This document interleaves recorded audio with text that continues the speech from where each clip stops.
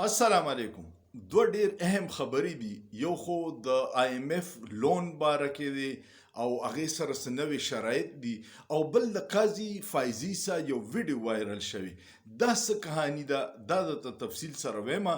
خو د هغې نه مخکې که تاسو زما دا چینل نه سبسکرایب کړی، دا سبسکرایب کې، لایک کې، کمنټ کې او شیر کې، ځکه چې حکومت کم فایروال لګولی دی نو د هغې په وجه زما په ټولو اکاونټونو باندې وارنینګ دی. نو دغه ستاسو تعاون به دا وارنینګ ختمي او سپیس به سیوا کیږي.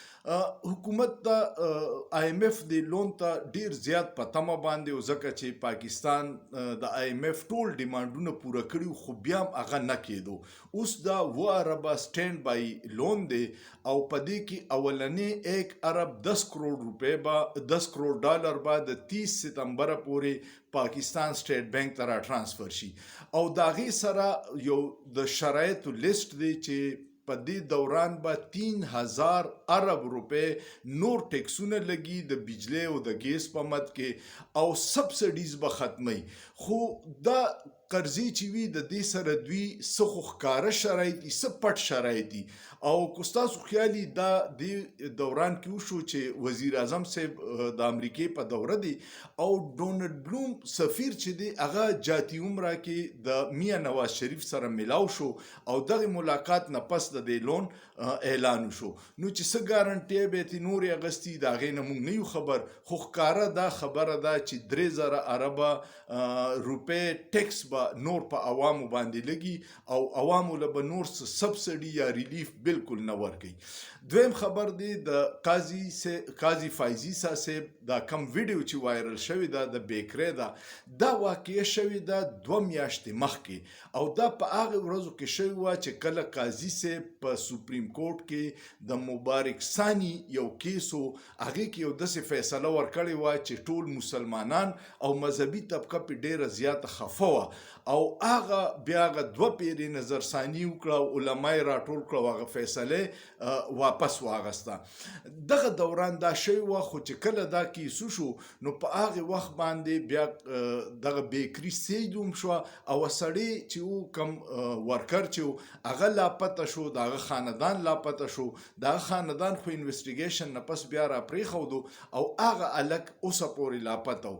بیا دا چلو شو چې ډي سی اسلام آباد دا بیکري سیل کړه او په دې سیل کړه چې دلته موږ د ډینګي ایس او پیز خلاف ورزي شوی وه نو دا مو سیل کړه.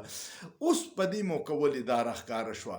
ډېر خلک دا وایي چې د قاضي صاحب نه کم کارونه اغستلي وو، څه قوتونه اوس د ده د کیدی شي د ایکسټینشن خواهشمند نه وي، نو په هغه باندې پریشر اچولو دپاره 2 میاشتې پس دا ویډیو احتشام عباسي یو صحافي دی د هغه په ذریعه راښکاره شوه او وایرل شوه.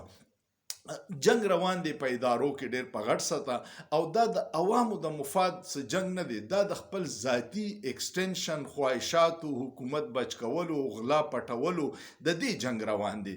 نو د داسې جنگ کې بیا خلکو ته چې څه فایده نه، نو په سیستم کې ایمانداره خلک داسي چې هغه بیا کوششونه کوي چې دا غلاګانې راښکاره شي. نو ډېر خلک دا وایي چې دا د قاضي صاحب دا ویډیو چې دا 2 میاشتې پس وایرل کول، دا چې قاضي صاحب اوس بوج جوړ شوی دی او دې بوج نه ځان خلاصي. را روانو ورځو کې چې څه کیږي هغې نه پس به پته لګي چې دا خبره کې صداقت دی او که نه دی، ځکه چې ټول دارومدار د 30 ستمبر په هغه فیصله دی چې کم قاضي صاحب د نظرثانۍ لګولې دی د 63 چې کم کې د قاضي صاحب به دا موقفي چې کم خلک ووټ بل ته واچي نو د هغه ووټ به شمارلی کیږي او نااهله کیږي به هم نه. نو که دغه کار وشو او دا امینډمنټ دپاره کوششونه جاري وو نو صورتحال به ټول واضح شي. دا 2 خبرې وې ډېرې اهم، یو د آی ایم ایف لون او یو د قاضي صاحب د وایرل ویډیو پس منظر. امید لرم ستاسو به ویډیو خوښه شوي. کوم خوښه شوه نو کمنټ وکړئ، لایک یې کړئ، شیر یې کړئ او سوچ پې وکړئ، په سوچ کې څه ګناه نشته.